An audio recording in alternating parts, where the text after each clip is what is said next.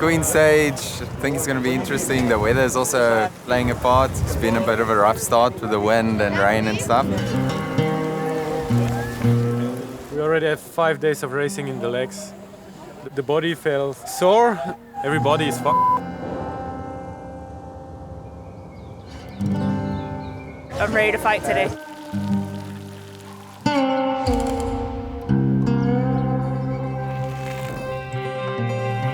Merino Camp awoke to an unusual scene ahead of stage 6 of the Nedbank gravel burn. A grumpy Mother Nature had risen very early and a ferocious wind was barreling down off the ridgeline. The riders were up early and preparing for the Queen stage. But this was no ordinary wind. The remote mountainous Eastern Cape was being battered by near gale force gusts driving an impending rainstorm towards the burn camp. With dark clouds looming, the Nedbank Gravel Burn Logistics Director Richard McMartin advised the riders to hunker down for a short while. This is beautiful! In contrast to the tempestuous weather, the vibe in the burn community was one of relative calm. It was becoming evident that the slated start time of 7 a.m. would be pushed out. Relaxed seasoned pro Guy Ogega had seen it all before. The burn camp crew were on the ball and did all they could to secure standing tents from flying away and packed away those already struck. Stage 5 winner Tom Pitcock, a camper at heart, was as chilled as a Yorkshire morning. Minutes later, the mountains were glowing in the morning sunshine. Things were looking up.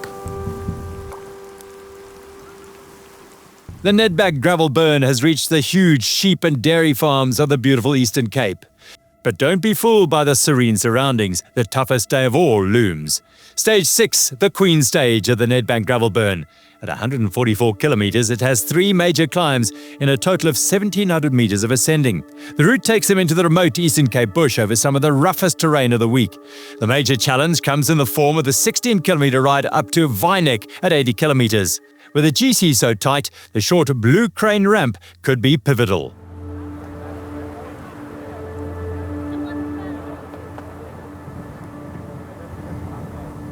Well, still figuring out actually what's going on. It's been a bit of a rough start with the wind and rain and stuff. Yeah, Queen stage, I think it's going to be interesting. The weather is also playing a part. Yeah, we've had everything this week, so take it as it comes. I guess I knew it would probably at least be a delayed start with the weather. We've got 2 main climbs, I guess you could say. But I think, especially with this wind, it's like safety on the descents is going to be the most important thing because we will be going so fast with this tailwind. Well, it feels like it's about lunchtime, even though it's almost 8 o'clock in the morning. We've been up since God knows what time, 3 a.m. with the wind, sleeping in a tent. Yeah, a bit of an eventful morning, been exciting. I like tricky conditions, so for me it was okay, let's go. It's maybe it was my only chance to get back on GC, so yeah, I was happy, but I also understand for security it's not the best. At this point, I just need to kind of watch Simone and try and not let any more time go away. That's my biggest concern right now. With these super tailwinds, like if someone does get away, it's really hard to get back. So yeah, we're going to have to watch each other like hawks. We woke up to crazy winds, seriously dangerous. And then a storm came over and everything seemed to calm down, so now we've been given the go-ahead to start. But as the storm has passed, the wind's picking up again, so I'd say it's pretty dangerous out there. I'm really hoping we're going to make the right call. Sounds like it might be neutralized. I think that would be the right call. Yeah, as professional cyclists, we're always walking the line, between danger and doing our jobs. So I'm really hoping that as a collective, if the race is on as a collective, as the racing group, that we can be sensible and not put our lives in danger.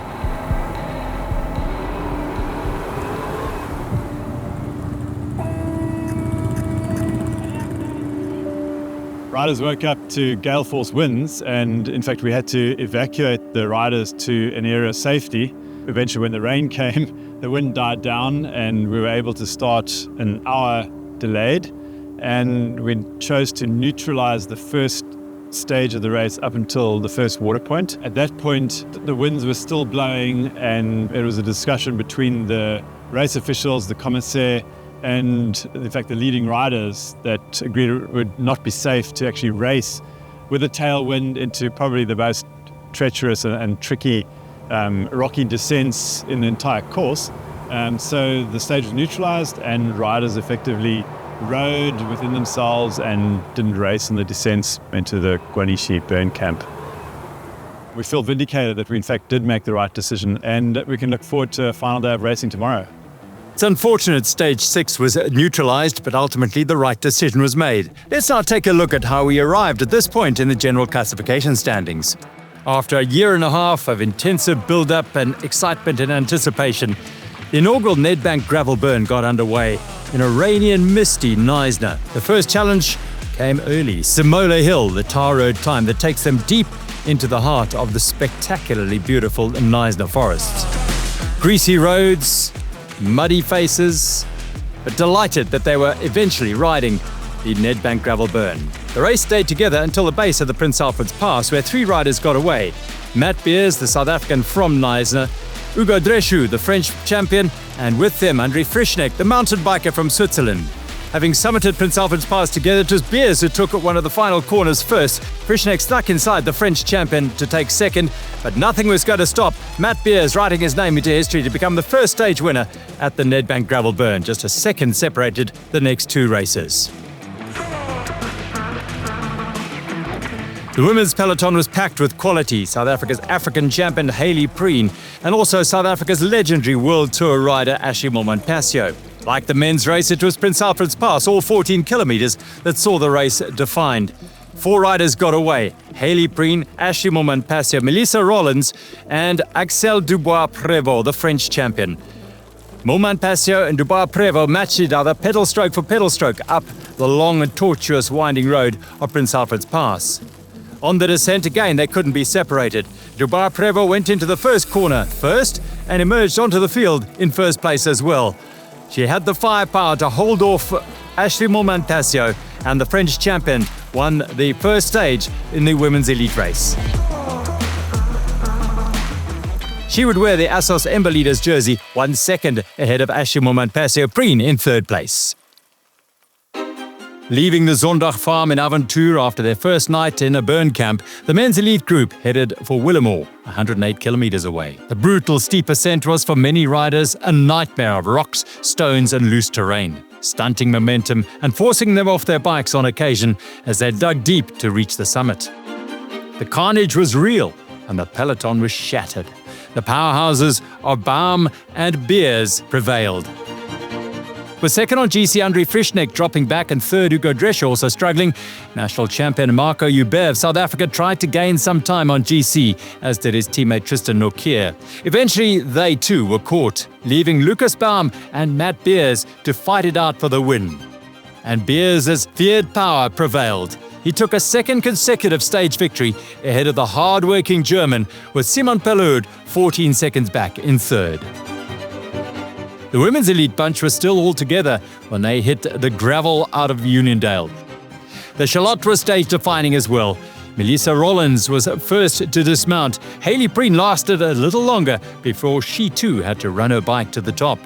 But with the race leader and motivated chasers in hot pursuit, the lead was short-lived and they were caught by Dubois Prevo, Montpasio, Rollins, Olivia Hottiger and Hayley Smith. The group got bigger. Lauren Stevens and Whitney Allison bridged across to them. The fight to get into the corner first was real. Melissa Rollins leading Hayley Preen and Dubois Prevo in. The unlucky South African Preen was to puncture and a chance of victory gone. Rollins drove hard for the line, but Dubois Prevo hunted down first Hayley Smith and then Rollins and powered past the American to secure a second consecutive stage win in thrilling fashion on the streets of Willemore.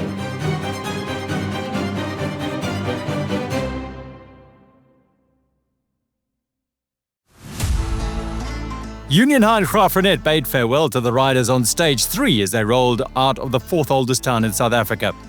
The 43-kilometer-long drag up to Conical Peak took them into the Kamdebou National Park along the spectacular Erasmus Kloof Road. The stakes were high, as was the pace, with 7 of the GC top 10 in the lead group. The long flat road across the Kamloops Plains saw the 9-strong lead group playing a game of bluff and counter-bluff.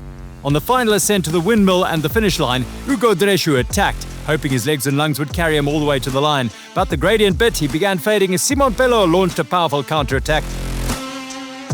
The Swiss star blazed past the French champion to join Matt Beers as the Nedbank Gravel Burn stage winner.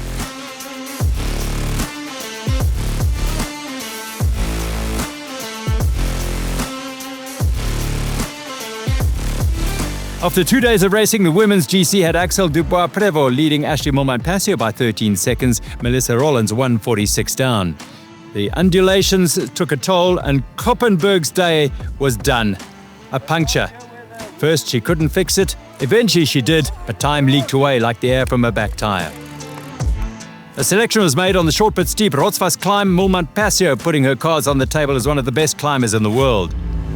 The net effect was that by the time they reached the flat roads and the river crossing, a select group of 8 were away and preparing to fight for the stage win. Among them, Preen, Smith, Jana Gigler, the Austrian champion, Montpassio, Dubois, Prevo, Stevens and Hottinger. On a long flat drag towards Blauwater Farms and the burn camp, Preen and Montpassio dragged them closer to the finish.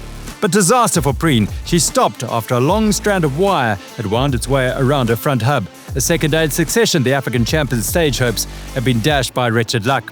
The remaining 7 riders approached the final climb. The tension was building. Then after sitting at the back of the group, Lauren Stevens jumped and attacked up the right. Hayley Smith and Montpassio reacted. The American champion claimed the stage win by 2 seconds from the South African and the Canadian.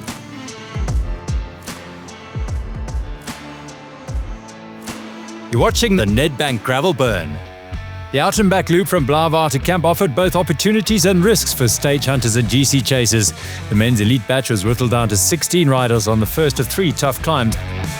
The wide open spaces of the Sneeuwberg Conservancy was a sight for sore eyes. The lead bunch were given a first-hand dramatic view of the wildebeest that roam these beautiful plains.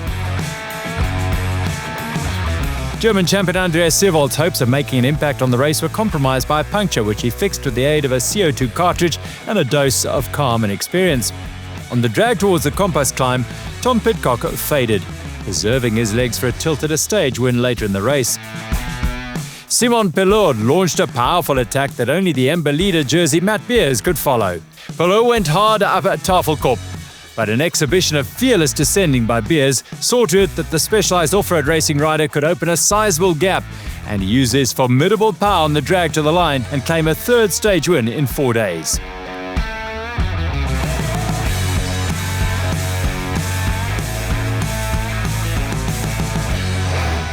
Three days of the women's elite race was desperately close, with just 12 seconds separating the top 2, Axel Dubois Prevo and Ashley Montpassio. Stage 3 winner Lauren Stevens launched a trademark attack, but the bunch were not going to let the American champion go and hauled her in double quick time. Preen, for a 3rd day in a row, met with bad luck. She had to stop to reset a ship chain. But the biggest casualty of the day was the race leader, Dubois Prevo, who suffered a double puncture and had to stop at the neutral tech zone. The distraught Frenchwoman was to lose nearly 10 minutes on the stage. It was tense racing and Hayley Smith clashed with Stevens and hit the dirt. The final climb saw Koppenberg's gutsy assault on the stage and GC fade. Rollins then bolted down the descent and eventually, having got past the other 2, Preen set off in pursuit. The South African drew closer, but American Rollins carried too much power over the last kilometers and took the stage win.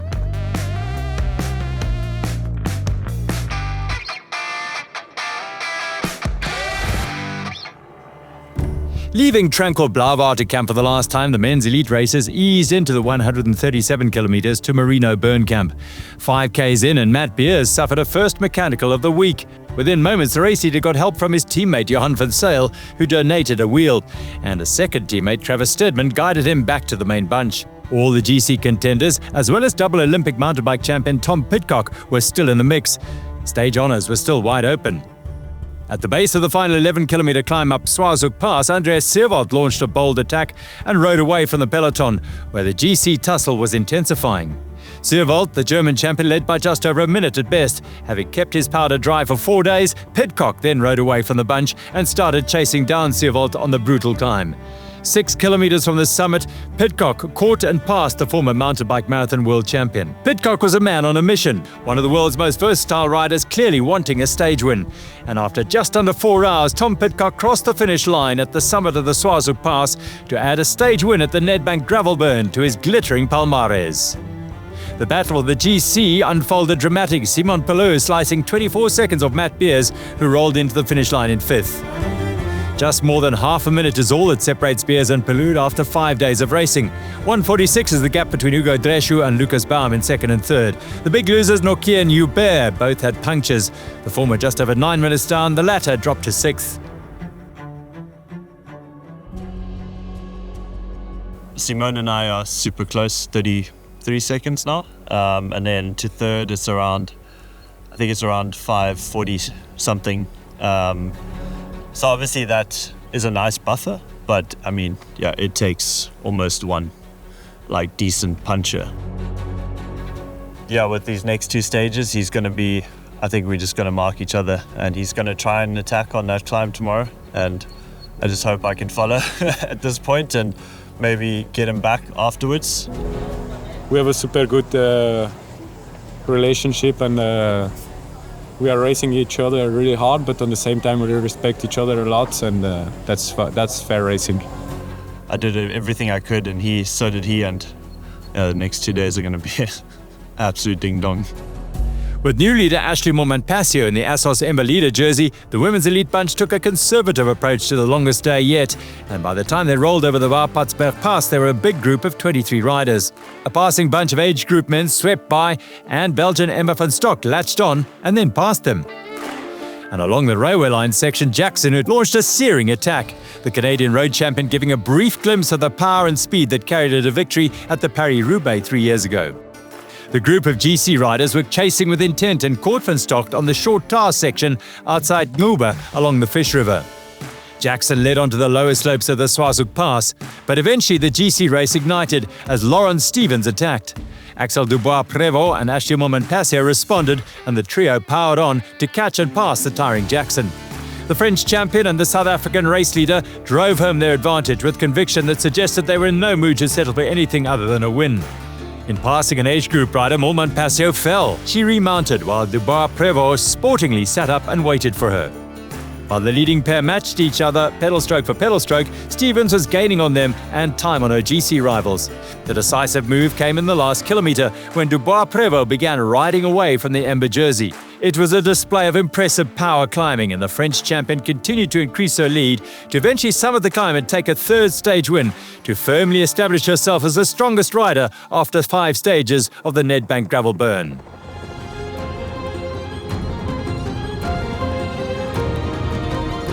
I have to be honest, my throat is on fire. I'm hoping I'm going to be able to do the next 2 days. I'm on a downhill slope now with illness, but I had a little crash, unfortunately. I did what I could, and happy to be 3rd and still leading the GC, and hoping I can defend it to the end. To be honest, yesterday, just before going to sleep, I was like, what the I'm doing here? I want to go home. I was doing so well, and I felt like it's unfair. The goal this week to improve myself as a rider with Ashley, with Lauren, with Melissa, and so yeah, it worked for me. So I'm really happy, not because of the win, but also because of the lesson here. The Nedbank gravel burn encompasses a wide variety of terrain and landscape throughout its journey from Knysna to Shamwari Private Game Reserve. Let's now meet the man behind the route. My name's Steve Thomas, and I'm the route designer or finder of the Nedbank gravel burn. The goal was to find the best gravel riding that we could find. And so I couldn't think of a better place than the Eastern Cape myself. From all the different areas in South Africa, this was my favorite because of the mountains, vastness, the emptiness. The people are amazing and friendly. It's like a nice sense of community out in the farms. I'm kind of attracted to that. And so it's a special place. It's got a lot of really interesting history, I guess, if you're into that. It's got a few corrugated roads as well.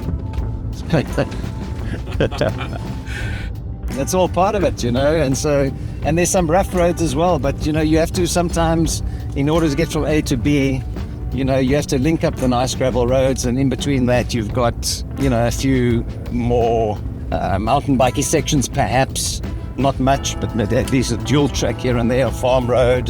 One day we might even have a few single tracks, I doubt it, but we might. And then you have to put in a bit of tar. I think was great, to be honest. I think it was well deserved and well earned by the cyclists.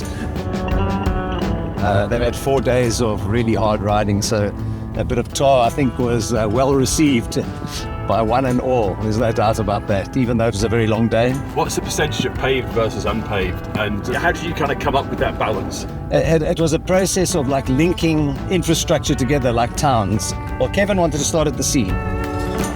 So I had this kind of loop I had in mind when we first started. Just from my experience, I thought, well, this would be probably the iconic loop. And then they came with their bits. The other guys said, well, yeah, but we need the sea and Graaff-Reinet. You've got to have Graaff-Reinet because that's like a jewel. So I said, well, that's a good idea. And then they'll throw in like a little curveball, and we want to end at Shamwari. I go, well, that's really nice, but Shamwari's a long way away, so now we have to string them together. But that's what we did. So then you have to take those points and then link them up in the most compelling way possible. If you could just cherry pick this gravel road and that gravel road and that one, you'd have lots and lots and lots of beautiful 40-kilometer stretches of gravel, but you wouldn't have a proper race. So it's always finding that balance. I think Neil rode up this hill, and then him and Katie went, oh no, we have to have a hilltop finish. And I went, damn, now that's a long ride. And then a tar, which I think actually was a great idea at the end of the day. Would you say the riders are getting a real sort of proper taste of South African gravel riding with this course? Yeah, I think so. I mean, they're certainly getting a unique bit of gravel riding in the sense that not only the overseas visitors, but the foreigners visiting, the foreign riders, they're getting to see a bit of Africa that half the South Africans haven't seen, which I think is really cool. So yeah, I think they're getting a real African experience. Unfortunately, the front riders probably chased a lot of that game away, like we had yesterday. There was some really nice game, and herds of zebra and antelope and black springbok and Roy hartebeest and all those things. There are herds of them there. But after the front runners have gone through and the helicopter and the motorbikes, etc., they don't get to see as much at the back as the guys in the front. And unfortunately, the front probably aren't paying attention to the game because they're racing, properly. But maybe they get to see some pictures. That'd be cool. The farmers are amazing guys, and they are also big sportsmen. The locals here have done like canoe marathons, the Fish River canoe marathons, or they've run comrades. A lot of them looked at us and went, well, yeah, you got to be crazy, not here. It's never going to happen. But they've been phenomenally supportive, and they get it, is my point. They kind of understand it in their DNA. The level of planning and the sophistication of the installations of these camps, they've done a phenomenal job. Fortunately, I'm just doing the route. This is the first time. So from what you put together, how's it going? How's it panning out after all that work? It's hard at the time. When you look back on it, you go, wow, what an experience that is. We had like rain on day one, and cold on the first night. And I think when they look back on it, at the end of it, when they take that snapshot of the whole experience, they're going to have had a really nice, varied experience of Africa. We really are in the heart of South Africa, kind of like the middle, the origin. I hope it encourages a lot of people to come back. And I think that's what the farmers are hoping as well, that they'll have a lot of other smaller little tours coming through, people coming to explore their neck of the woods, because it's pretty special. And the hospitality is second to none. So it's been a pleasure being here, to be honest. And I can't wait to get back.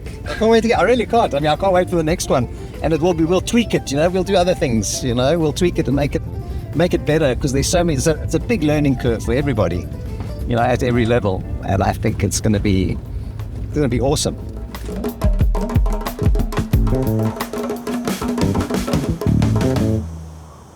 Despite being neutralized, Stage 6 of the first Nedbank gravel burn will live long in the memory of every rider who dealt with the wildly capricious weather. The men's GC is so tight, 33 seconds is all that separates Matt Beers and Simon Pello, and things could change below them, just 5 minutes separating Hugo Dreschu in third from Travis Steadman in sixth. It's going to be a thrilling race to Shamwari. Ashley Montpassio appears poised to write her name into gravel racing folklore with a 4-minute and 20-second lead over Melissa Rollins. Hayley Preen is breathing down the American's neck, and she's motivated to become the first South African woman to win a stage. This exceptional South African journey that began 6 days ago near the Indian Ocean in Knysna will conclude in the bush wilderness of Big Five country, competing 7 days through deeply contrasting landscapes and terrain with a ride through game-rich plains, a rare privilege indeed. Stage 7 marks the final chapter of the Nedbank gravel burn as the route makes a last transition from the arid interior of the Karoo to the big game territory of Shamwari Private Game Reserve. 111 kilometers is no procession, especially with 684 kilometers in the legs.